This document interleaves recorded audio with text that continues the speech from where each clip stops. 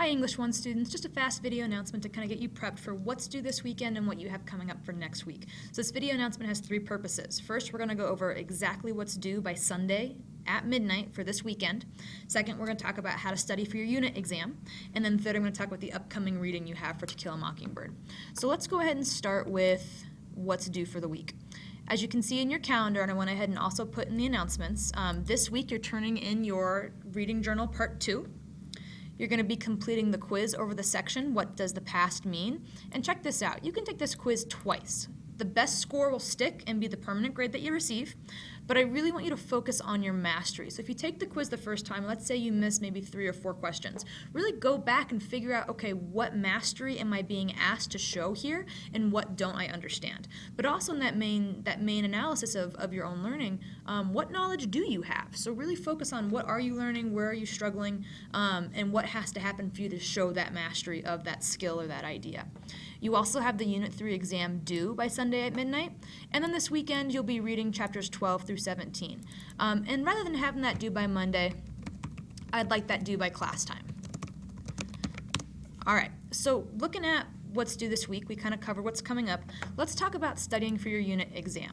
So you know from the quiz that you took in section D, I included kind of a mastery check. So what you want to do is you want to insert I can in front of your learning objective. So for example, I can answer explicit and inferential questions to demonstrate comprehension of a variety of literature.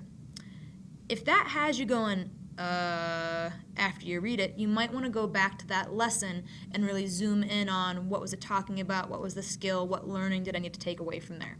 And if you click on the Big Ideas checklist, and that's also available in the front of the unit. I'll show you in a second. If you click on the Big Ideas checklist, you can actually see exactly what lesson covered a specific learning objective, and you can go back to that lesson in that section and review that thing. So that's really, really handy for focusing on what do I know, what do I feel I have mastered and can show that mastery of, and what do I need to go back and really remaster or relearn. Obviously, you know, coming up on our next unit, it's going to be really good feedback for your own studying and things that you can do. Some ways you could study for your unit exam and for this quiz include making flashcards, maybe going back and reviewing and highlighting your notes that actually talk about specific learning objectives. Definitely before you take the unit exam, go back and review all the section quizzes. See what you got correct, see what you missed, ask yourself what mastery do I have and what mastery do I still need to work on. So as you're studying for your unit exam, one place that you'll really want to be living is that Big Ideas checklist. And I included a link in the quiz, but you can also get to the Big Ideas checklist in the front page of the unit, Big Ideas and Objectives, and it's going to show you exactly what you're going to be held accountable to. So in this section, what does the past look like? In the lesson windows, the big idea was looking at images and how they provide history, but look at your actual learning targets. You know, I can identify key characteristics of expository text. I can summarize text while intermittently reading. And this idea of summarizing text, to kind of give you an example of checking your own mastery, while you're reading To Kill a Mockingbird, can you stop and summarize what's going on? So summaries kind of focus on the who and the what rather than going deeper into those levels of analysis. So use this Big Ideas and learning objectives to summarize and kind of self-assess where you're at in your mastery and your learning. Go back and review your quizzes before taking the unit exam. And of course your unit exam is going to be timed. Let's go back to your unit exam over here real quick while it's loading. And I'm going to go ahead and give you a heads up. Make sure that you're well warmed up before taking this test. There are some reading heavy questions that you're really going to want to be warmed up for and paying attention to. And keeping in mind that these questions reflect the new standards. And those new standards really move from, okay, can you define this, to can you show me you understand it? Can you apply your knowledge and find the right answer or the best answer? So that's one of the two things that I do this week, your quiz in Section D and your past unit exam.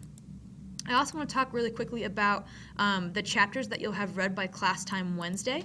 We are going to kind of do a mini Socratic seminar in class on Wednesday, and you'll have instructions for that Monday in the announcements, so be sure to come back and check. But what we're going to start getting into, you'll notice in your book that chapter 12 is the end, if you open it up, of part 1. So the novel's kind of chunked into 2 sections. We have chapters 1 through 11, And then we have 12 on, and that's going to be part 2. And what you're going to start seeing is really how Scout's worldview shifts pretty radically, because Scout and Jem are going to be able to see the trial that Atticus is defending Tom Robinson in. So 2 things I want you really looking for in the next few chapters. Number 1, how does Scout's worldview change?